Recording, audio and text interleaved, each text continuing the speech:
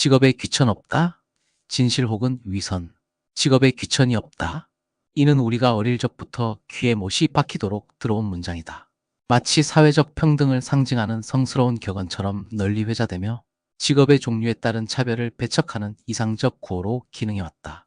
그러나 역설적으로 이 문장이 사용되는 맥락을 면밀히 살펴보면 오히려 사회에는 명확한 직업의 귀천이 존재하며 그 사실을 감추기 위해 이와 같은 언어적 위장이 필요하다는 점이 드러난다. 과연 직업에 귀천이 없다는 말이 절대적인 진실일까? 아니면 현실의 모순을 덮기 위한 위선일까? 직업이라는 개념이 등장한 이래로 인간 사회는 노동을 필요에 따라 계층화해왔다.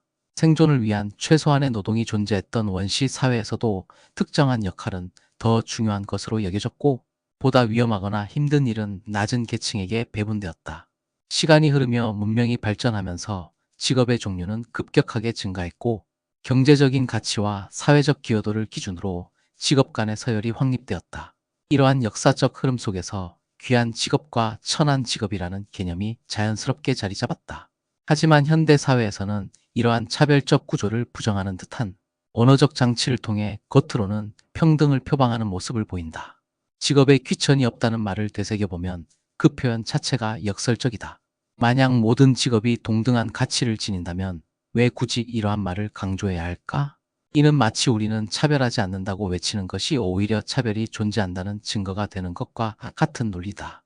실제로 이 문장은 특정한 직업군에서 유독 자주 회자된다. 대표적으로 육체노동이나 3D 업종에 종사하는 이들이 이 말을 듣고 난다.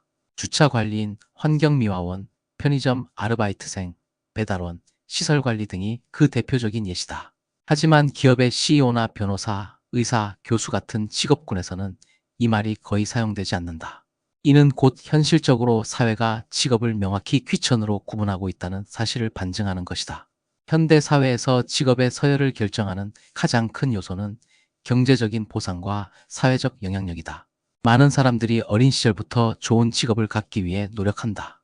부모들은 자녀가 높은 연봉을 받을 수 있는 직업을 갖도록 독려하며 사회 역시 학력과 직업을 성공의 기준으로 삼는다. 이에 따라 사람들은 특정한 직업을 선호하고 그렇지 못한 직업을 기피하는 경향을 보인다. 이는 경제적 가치에 의해 직업의 위계 질서가 형성된다는 사실을 분명하게 보여준다. 예를 들어 한 건물을 설계하는 건축가는 사회적으로 높은 평가를 받지만 실제 건물을 짓는 노동자는 상대적으로 낮은 평가를 받는다. 이러한 차별은 비단 건축업계에서만 나타나는 것이 아니라 거의 모든 산업에서 공통적으로 관찰된다.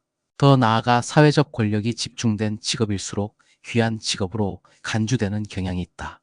판사, 검사, 정치인, 대기업 임원과 같은 직업은 경제적 보상뿐만 아니라 사회적 영향력까지 지니고 있어 높은 평가를 받는다. 반면 단순한 반복 노동을 수행하거나 대체 가능성이 높은 직업군은 천한 직업으로 분류된다. 하지만 역설적으로 사회의 원활한 운영을 위해서는 이러한 직업이 반드시 필요하다. 환경미화원이 없다면 도시는 쓰레기로 넘쳐날 것이고, 배달원이 없다면 현대인의 편리한 라이프 스타일이 유지될 수 없다. 농부가 없다면 인간의 생존 자체가 어려워질 것이다. 하지만 이러한 필수 직업들은 사회적으로 정당한 평가를 받지 못하고 낮은 임금과 불안정한 고용 상태에 시달리는 경우가 많다. 이는 직업 간 차별이 단순한 선호도의 문제가 아니라 구조적으로 형성된 것임을 의미한다. 역사적으로 사회의 기득권층은 자신의 위치를 유지하기 위해 특정한 직업군을 하층에 머물게 하는 경향을 보였다.